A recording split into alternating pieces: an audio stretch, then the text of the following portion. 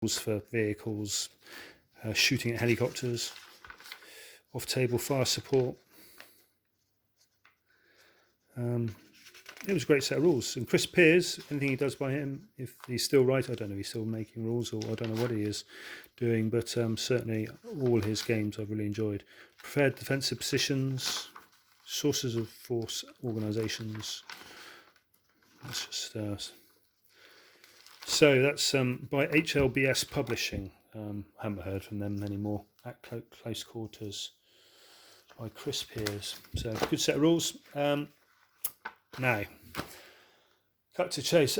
AK-47 Republic, another big influence on me. Now this, we're getting close to, hopefully you're getting a sense of where I'm going here with this, but this is a great set of rules, not my number one choice, but a great set of rules, great game. Again, it's beer and pretzels type thing.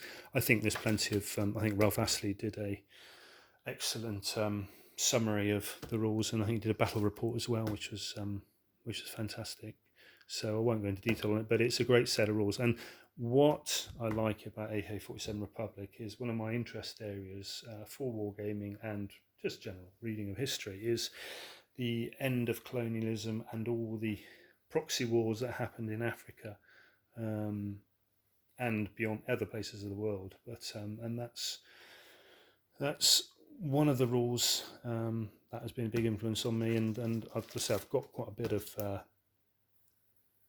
I think I did 20 mil, but I'm going to go probably down to 15 mil as well in the future. For I've got obviously 6 mil as well actually for doing AK-47 style games. So yeah, big interest area for me. AK-47 Republic. If you can see it, pick it up. I think they've done a revamp of it. So this was 1997, so we're still way before the last 10 years. This is my. Oh, the other reason why I didn't choose bolt action, and this I must mention because this is an excellent set of rules. And where is it? This is something which you really, if you like bolt action, then you've got to have a try at this and give it some welling in terms of be patient with it, play it, and keep playing it really because it does get better. So why I didn't choose bolt action was because of this set of rules, crossfire. This is an excellent set of rules. There are anomalies, and as in all war games there's anomalies, but there are certain anomalies where it doesn't work. But it's a great set of rules. Again, I think this has been covered by various YouTube community members. Lindy Beige, I think Ralph may have done it. Certainly War Panda. He does an excellent presentation, I think, bolt action and crossfire. I don't think he's made any videos for a while under the name of War Panda, but certainly the ones he have done, if they're still on channel, are excellent. But crossfire, it's what's good about this is the initiative is something you have to maintain. So the phasing player will start with the initiative and will start moving. Now there's no restriction on where you move. You move to terrain piece to terrain piece until your opposition does something to stop the initiative, and that can be opening fire, pinning you down, and I think you opening fire and you have to have a result of something like a pin, and then the initiative changes to them. So if you can imagine, although you've got a free rein to move your figures forward at any moment, they could have a hidden position that opens fire, pins you, and then they've got the initiative. And unless you've thought very tactically around where you're placing your troops at that moment or before that moment, then you are leaving yourself wide open basically. So the sort of cavalry charging unit going up the table and keep going and going and going is all well and good, but at any moment you could be surrounded by a number of their squads or platoon. I think it's company level, so what would it be, squads and platoons, I believe, or something along those lines, and wiped out. So it forces you to be very careful about your movement, careful around your deployment, where your support is.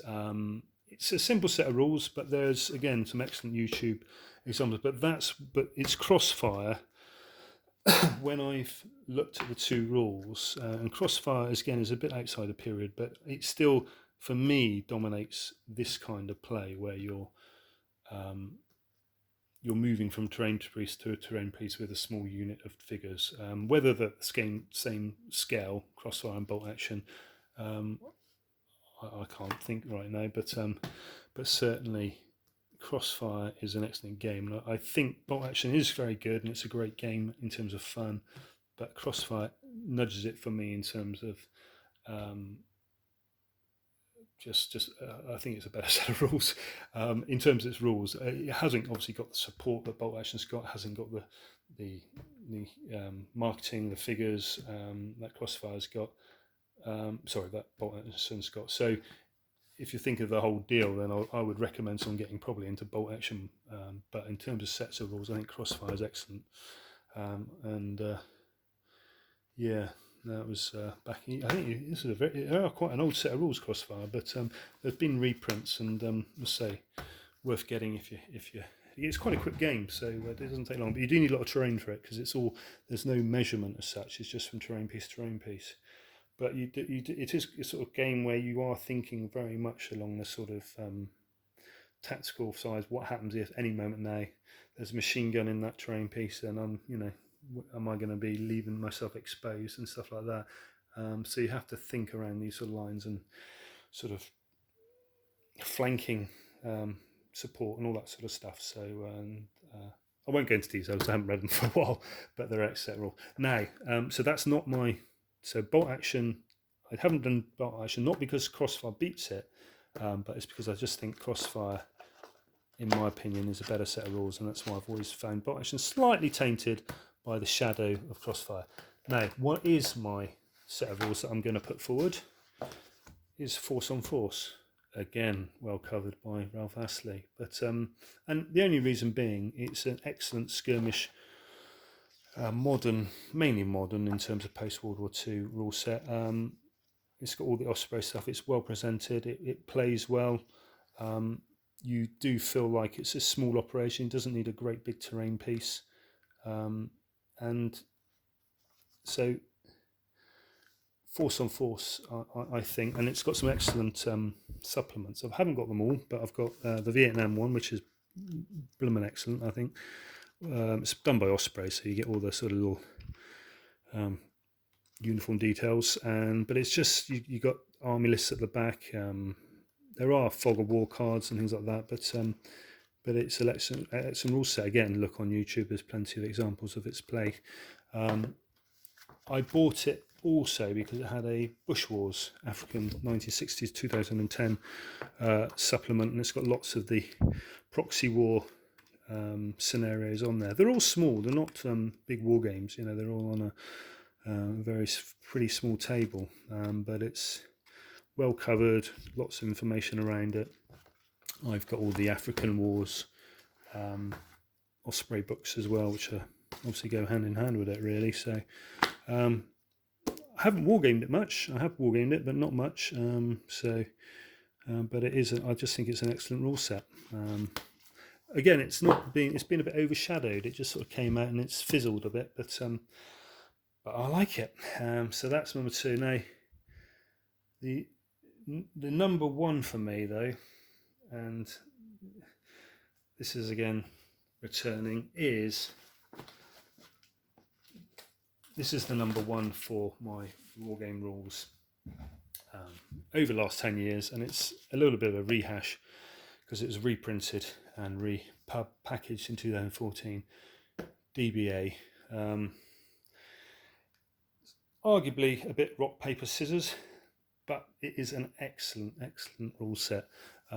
Why it's good is because it doesn't have a big playing area. In the first instance, you can use a sort of 2-foot square terrain board, make small terrain to go with it.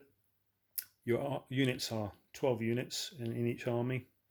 The book has ample army lists. It's a simple game. It's stood the test of time. I don't think there's the community that there was with it, but certainly I think anyone has to have DBA. You have to have it in your arsenal. You can be on holiday and get a game together. It really is an excellent game, and you get the armies are small. It's a great introductory war game, and that's my number one. I think there will be examples of it on YouTube, but it is an excellent game to play. It's a small game. I mean, you only lose 3 units and the game's over. So if you think you've got 12, once you've lost 3 units, but there's lots of little details in there, like the way terrain is. Although it is rock, paper, scissors, certain armies will then want certain types of terrain, and so when you're starting your game, you want to try and make sure the terrain suits your units, because you know that if you go into the rough with your blades, or if you go into your phalanx needs good going. There's lots of little things which make it a great game, and you can expand it to make it a bigger game. Great for campaigns. Quick campaigns are great for quick games. I say you can have a little competition over a period of time. There's vast army lists are covered in the book, from medieval right up to from ancient Egypt right up to late medieval, sort of Wars of the Roses. So it's a great rule set. Simple to play, quick to learn, not a massive investment. Even the book is quite cheap. I think it's probably 15 quid, something like that, which is, when you think a lot of more sort of bottle action type war games, I don't know what bottle action is, but they're going to be much nearer to £30, whereas I'm pretty certain you'll find DBA around £15 to £20, so it's really good. And if you get an older edition, 2.2, then you will have a paper copy, which you'll get for £5 or very little on eBay. So that is my war games. DBA, my role-playing game is the Middle-earth Dungeons and Dragons, and I also like Force on Force is my more modern one. Board game. It is the daddy of them all. I was going to talk a bit more about some of the other rule sets, so the ones on here that I haven't talked about, I do apologise if you're interested, but buzz me if you want me to cover any of them at any point. It's this monster, World in Flames. This is the final edition now. One of the things with World in Flames, I played it in the early 80s, and there was a group of us who played it, and my friend had a basement where, sort of bachelor heaven really, basement of a house, huge table, maps all over it, and we played World in Flames. I don't think we actually completed the game, but it's a vast game. Why World in Flames? It's World War II strategic level, so it covers the whole of World War II. One of the flaws of that puts a lot of people off is that there's been lots and lots of editions. This is the final editions. Now there's probably been about 4 or 5 since this edition. So there's been the Dulux edition. There's been all sorts of editions right through the years, and I think they're on the collector's edition now or something along those lines. But it is an excellent rule set. You get a lot in the box. It's expensive as a board game. You get the scenario booklets. So I think the first scenario that you get is Barbarossa, which is a land scenario. The scenarios in the booklets are geared at trying to teach you about the game. So Barbarossa is about land, so it teaches land mechanics. I think Guadalcanal is then obviously naval, teaches about naval, but it is vast. Again, it's covered, I think Cannondale covers it in his kind of quite unique way. And there's a number of other ones, Stephen Duges and people who cover War and Flames. Why? One of the main reasons why I choose this one is because it's now also computerized. So not these discs, these are companions, so these are sort of telling you a bit about the game and tactics, that kind of thing. But it is computerized, so you can get, and I think it's Matrix games, it's come down from about £80 computerized version to about £13. So Matrix games, it's not, I don't think there's an AI with it. The one I've got certainly hasn't got AI. So you are just playing either against yourself, or you can play on the internet against other players, or you can play LAN, or you can play on your own computer, and just you sit in a chair and then someone else sits in a chair. But it is a fast game. And the maps, I mean, the maps of this edition aren't that good, I don't think. They're a bit garish if you look at the colours, but it's a vast game. So this is the Europe map. Covers a bit of North Africa. Britain, so forth. You've got all the sea hexes. So that's the first map, Europe. Now, the second map is the Pacific.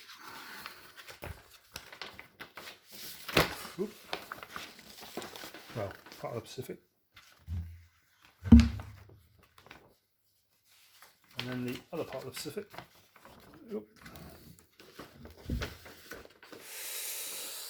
Okay, so that's the Pacific maps. It's a bit glossy as well. Sorry about the lights. I've been throwing them around a bit, so. But I play it on the computer now. This is what I'm saying. So I don't need. I'm keeping it for retirement. I'll probably get a collector's edition because I think the maps in the more recent editions are more friendly on the eye. They're not so sort of retro 1970s style, or 80s, 1970s acid style.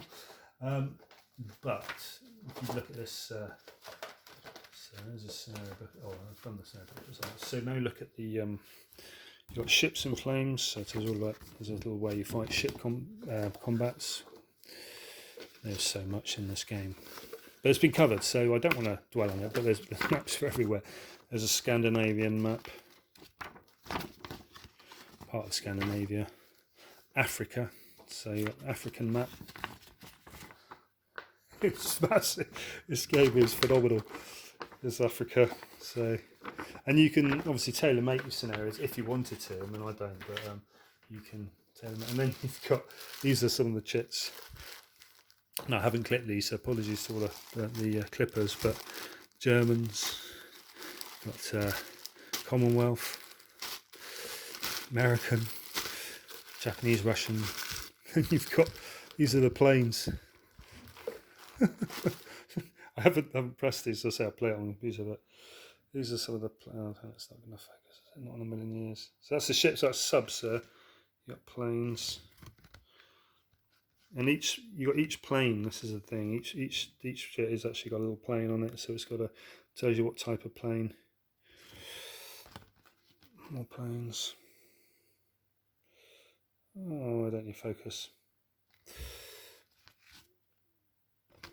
That's Commonwealth planes. I've got my glasses on. Hurricanes and Halifaxes. Mosquitoes, Spitfires. It's fast. It's fast game. It is a monster. Germany's planes. You got the ME-163 as well. So there's quite. There's lots of different scenarios and expansions and fast. So World in Flames. That's why I like it. I have.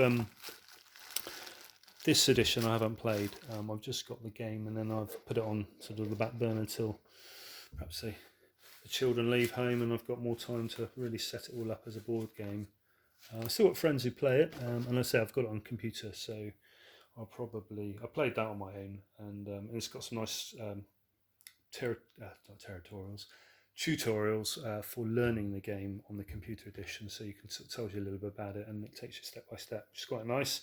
But as I said, it's not I. If you want to play a similar game, I think it's Strategic Command, which is, again is by Matrix Games. That's a great game. It's got AI and it's automated, so you can play against a computer, and it's similar. It's a lot of the fun of playing a big board game like that is learning the rules. Whereas so a lot of that, the rules are done for you. But it's a slightly a simpler game. But again, that's well covered by YouTube again. So thanks to Matrix Game, the website Matrix Games tells you all their big games, but the World in Flames is the monster. They're actually done by the American Design Group, which is not American, Australian Design Group. So is it ADG? I think it's Australia. Yeah, it's the Australian Design Group, and this was back in 1996. This edition was brought out. So there we are. Oh, that's when. No, would that be when they started? No, it would have been. Yeah, they were out before that because I was playing it in the 80s. So there we are. So World in Flames, DBA, and the more recent third edition, which was 2014, and also Middle Earth latest Dungeons and Dragons book, and that's them. And Crossfire's in there, as is as is, what's this one called? Force on Force. They're the games which I've enjoyed reading and playing, and obviously Bolt Action is a fantastic game which I enjoy playing at the club. So not quite the 2 or whatever it was Paul Beckus was saying, but there we are. That's a little chaotic run through of some of the rules I've got. Anyway, I'll be doing some more figure updates soon. I'm just waiting to finish a core of my Bavarians, so it's been a bit slow going with Christmas and family stuff and work and all that kind of thing. So, but I'll look forward to catching up with you all soon. Take care. Bye now.